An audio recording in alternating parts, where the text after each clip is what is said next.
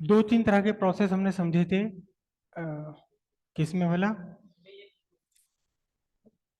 नहीं नहीं, इससे पहले हमने आइसोथर्मल प्रोसेसेस जो डिस्कस किए थे उसमें दो तीन प्रोसेस थे डिफरेंट। आइसोथर्मल, एक एडियाबैटिक, एक आइसोकोरिक, आइसोबारिक, इस तरह के डिफरेंट प्रोसेस थे। तो आइसोथर्मल प्रोसेस जब टेम्परेचर कांस्टेंट बना रहे, आइसोथर्मल प्रोसेस जिसमें टेम्परेचर कांस्टेंट बना रहे, और टेम्परेचर कांस्टेंट जिसमें बना रहता है उसमें उस प्रोसेस के लिए बॉयल ने एक इक्वेशन दी थी। क्या? P V equals constant at constant temperature, pressure inversely proportional to volume, volume inversely proportional to pressure, P V equals constant. ये बॉयल्स लॉ है, ठीक है। लेकिन अगर हम प्रोसेस एडियाबेटिक करें जिसमें हीट का एक्सचेंज ना होने दें तो गैस का टेम्परेचर बदल जाएगा। अब ये बॉयल्स लॉ ओबे नहीं करेगा। अब ये Boyle's law P V equals constant obey नहीं करेगा। तो कांस्टेंट टेम्परेचर पर, कांस्टेंट टेम्परेचर पर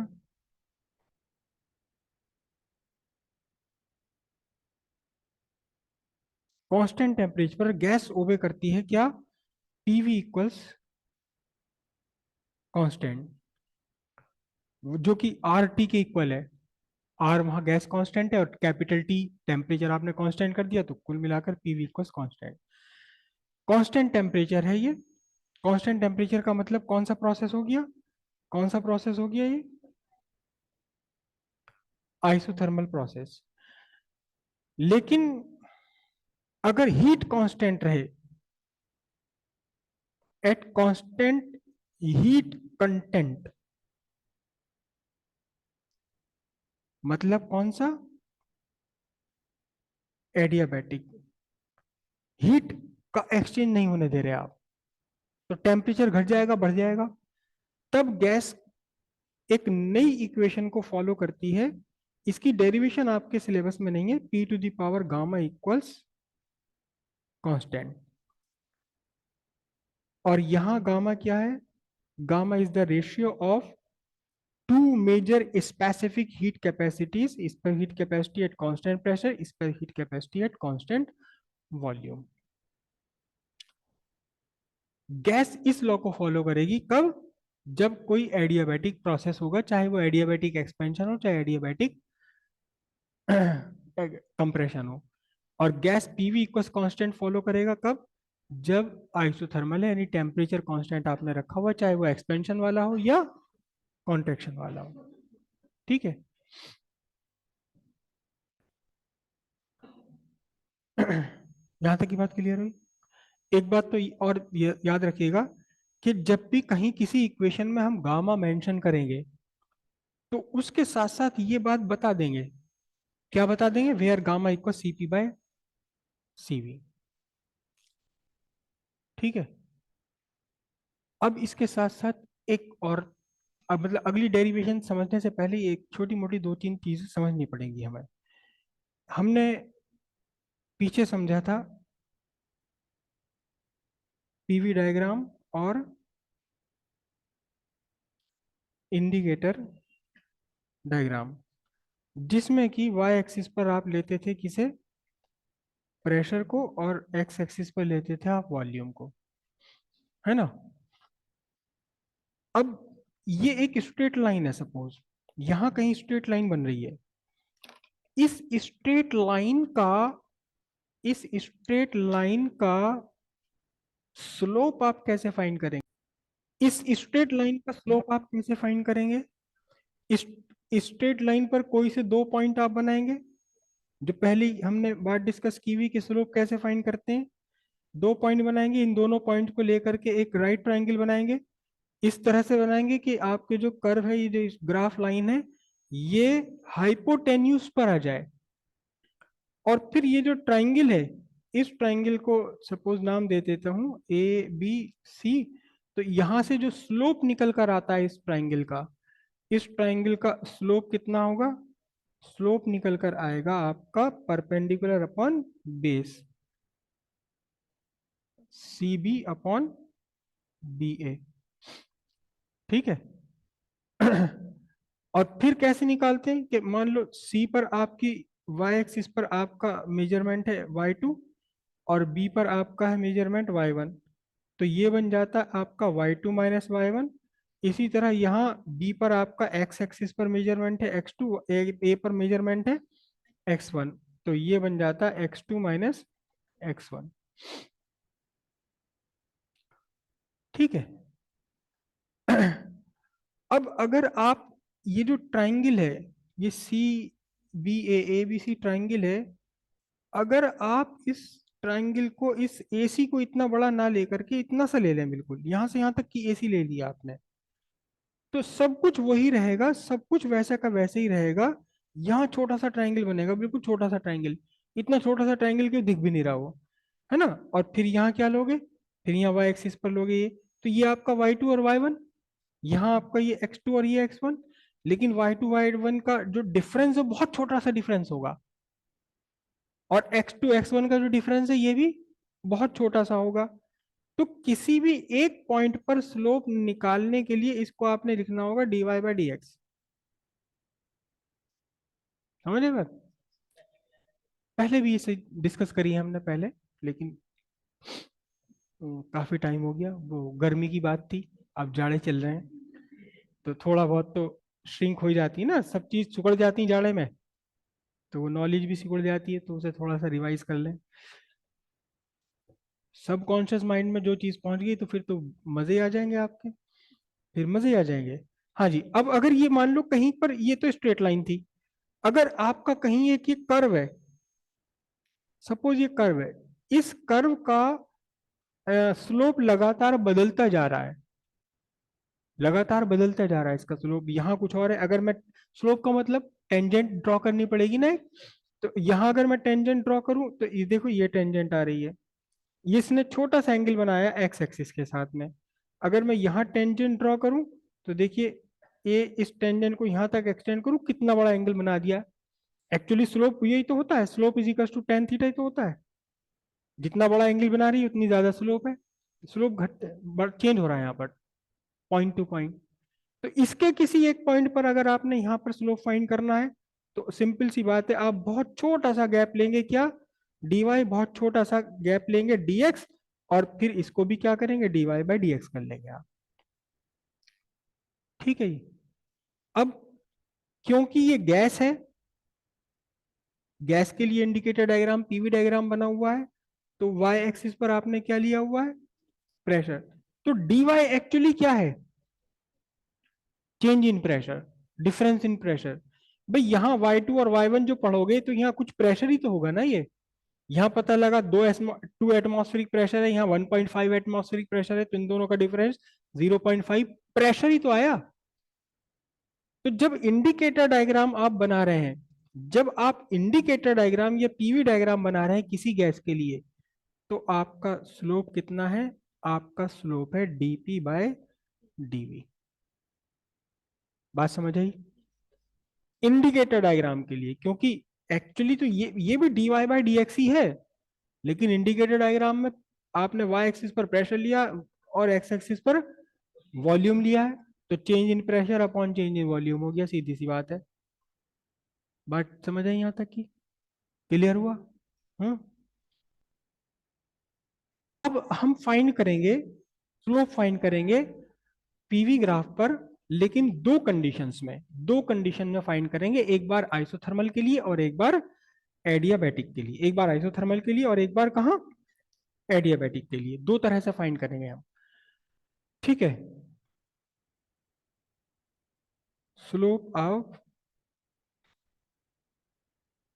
आइसोथर्मल एंड एडियाबैटिक करो। डायग्राम की इसमें कोई बहुत बड़ी रिक्वायरमेंट है नहीं, तो पहले आइसोथर्मल के लिए फाइंड करते हैं।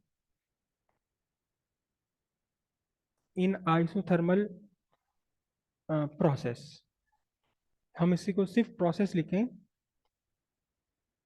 प्रोसेस क्या बनता है, पीवी इक्वल्स कांस्टेंट। ठीक है। डिफरेंशिएटिंग कर दें इसे हम दोनों को, प्रोडक्ट रूल लगा दें।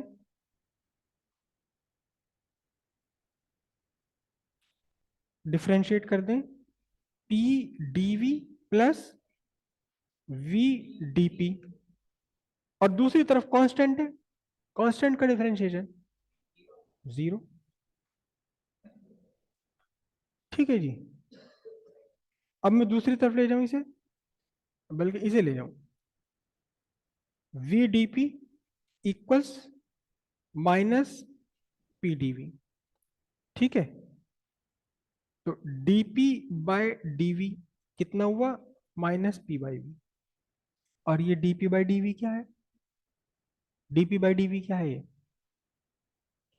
हाँ हाँ, नहीं तो पूरा पूरी पूरी फिगर क्या बन गई, dp बाई dv क्या बन गया है। ओफो, अभी तो आप बताया है, स्लोप, ये बन गया आपका स्लोप, लेकिन किसका स्लोप है, किसका स्लोप है ये, हाँ।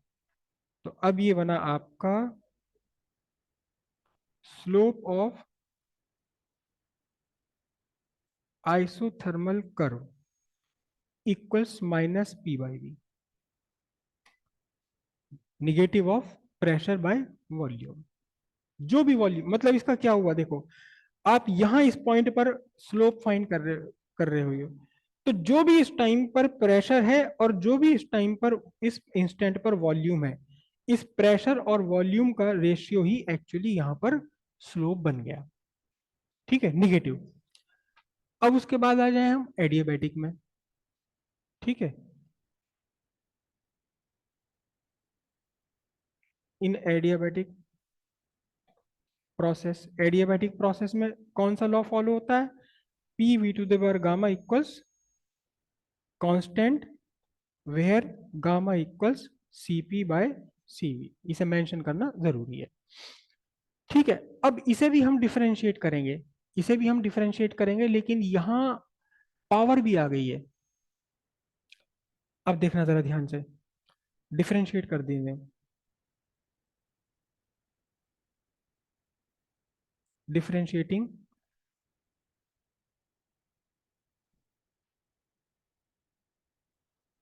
प्रोडक्ट रूल से ही करेंगे, हाँ। पी,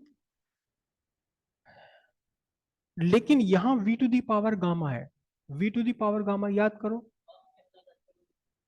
हाँ, जो पावर है वो मल्टीप्लाई में आ जाएगी, गामा, और फिर V to the power gamma minus one, और क्योंकि ये प्रोडक्ट ऑफ ए प्रोडक्ट है, तो डीवी प्लस दूसरा वाला तो सिंपल है बिल्कुल, क्या, V to the power gamma और फिर डीपी, और दूसरी तरफ क्योंकि कांस्टेंट है तो जीरो। क्लियर है। अब उसके बाद आ जाइए जरा देखें तो, हम्म, ये मैं गामा कांस्टेंट पहले लिख लेता हूं, P, V to the power gamma है ये, V to the power gamma minus one, V to the power gamma minus one है ना, है ना। तो क्या मैं इसे ऐसे भी लिख सकता हूं, V to the power gamma divided by V, V to the power gamma minus one को, देखो ये पावर वन है जब ऊपर जाएगी, या एक स्टेप और बीच में करके दिखाऊं,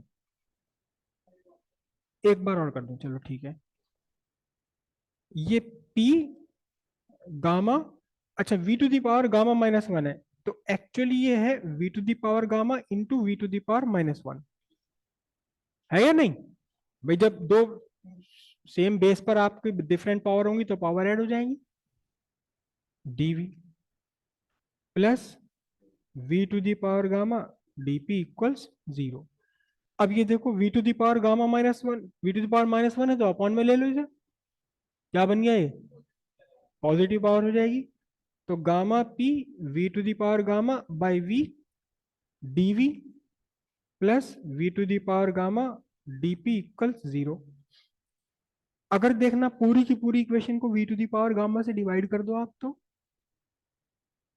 यहां भी अपॉन में V to the power gamma लगा दो, यहां भी अपॉन में V to the power gamma लगा दो, यहां भी V to the power gamma लगा दो अपॉन में, तो क्या होगा, ये तो कैंसिल हो जाएगा, क्या बचेगा आपके पास यहाँ, यहाँ बचेगा gamma P by V dV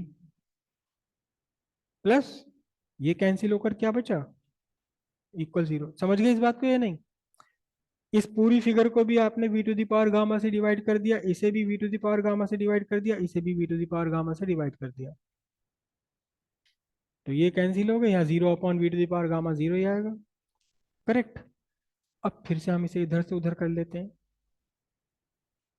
DP equals कितना बनेगा, minus gamma P by V dV, dP by dV equals minus gamma P by V. DP by dV क्या है, स्लोप। लेकिन किसका स्लोप है अभी ये, एडियाबैटिक प्रोसेस है, तो हम ये कहेंगे क्या, slope of adiabatic curve is equal to minus gamma P by V. लेकिन एक बात देखना जरा ध्यान से, यहाँ स्लोप ऑफ आइसोथर्मल कर्व कितना है, माइनस पी बाई वी। तो इसमें से अगर मैं माइनस पी बाई वी ले लूं, तो ये माइनस पी बाई वी क्या चीज है, स्लोप ऑफ आइसोथर्मल कर्व। और ये कितना आ गया, गामा। तो अब आपके पास इक्वेशन क्या बची, अब आपके पास इक्वेशन बनी slope of adiabatic curve equals gamma times slope of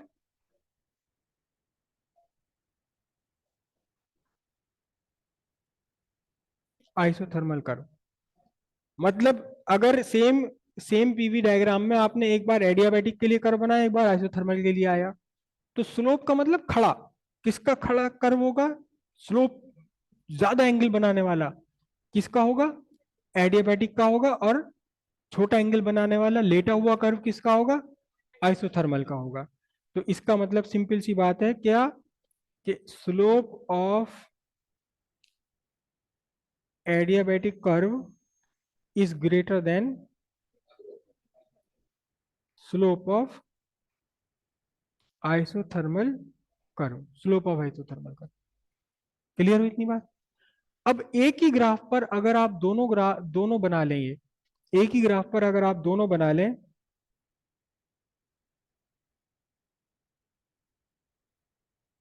ये प्रेशर और ये वॉल्यूम, एक ही ग्राफ पर आप दोनों डायग्राम बनाए, ठीक है, जिसमें कि वॉल्यूम बढ़ रहा हो,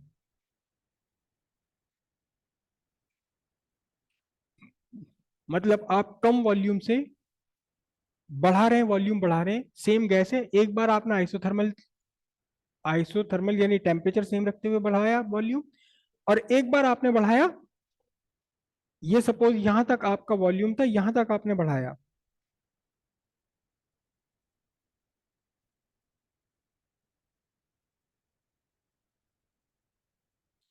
V1 वॉल्यूम से V2 वॉल्यूम तक बढ़ा दिया आपने, ठीक है, तो प्रेशर कम होगा दोनों केस में।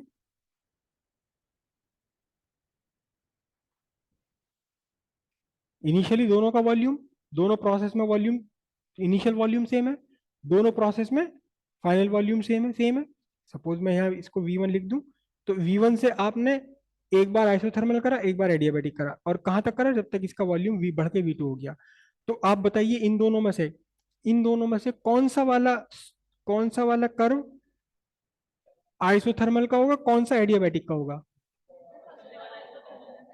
फर्स्ट वाला है, या कौन सा फर्स्ट वाला, ये वाला ऊपर वाला आइसोथर्मल के लिए होगा ये, और ये वाला क्यों होगा, इसका स्लोप ज्यादा है, ये एक्स एक्सिस के साथ बड़ा एंगल बना रहा है, ठीक है, ये छोटा एंगल बना रहा है। तो यहां क्या हुआ, आपका जो ऊपर वाला कर्व है वो कैसा होगा, ये आइसोथर्मल होगा, आइसो लिख देता हूं, और ये वाला कौन सा होगा, एडियाबैटिक होगा। एक्सपेंशन के केस में थोड़ा सा डिफरेंस करते हैं। थोड़ा, अगर आप गैस का वॉल्यूम घटा रहे हो, ये प्रेशर है, ये वॉल्यूम है, आपने दोनों को एक सर्टेन वॉल्यूम V2 से स्टार्ट किया, V2 से स्टार्ट किया और V1 पर लाकर खत्म कर दिया, दोनों का वॉल्यूम V2 से घटाकर V1 कर दिया। एक बार ये कर्व बना, एक बार आपका ये कर्व बना। अब देखना जरा इसमें कौन सा आइसोथर्मल होगा, कौन सा एडियाबैटिक होगा। हम्म, कौन सा वाला आइसोथर्मल है? उल्टा हो जाएगा। अब ऊपर वाला कौन सा होगा? एडियाबैटिक होगा, और नीचे वाला आइसोथर्मल, क्योंकि इसका एंगल छोटा हो गया, इसका एंगल बड़ा हो गया। क्लियर हो गई बात ये? है? दोनों बात क्लियर है? यहाँ ऊपर वाले का एंगल बड़ा है, इसका एंगल छोटा है, मतलब इसका छोटा, इसका एंगल बड़ा है, तो ऊपर वाला आइसोथर्मल, ये एडियाबैटिक। और एक्सपेंशन में ये कौन सा केस बना? ये बना आपका कॉन्ट्रैक्शन या कंप्रेशन। ठीक है, कीजिएगा आप इसे।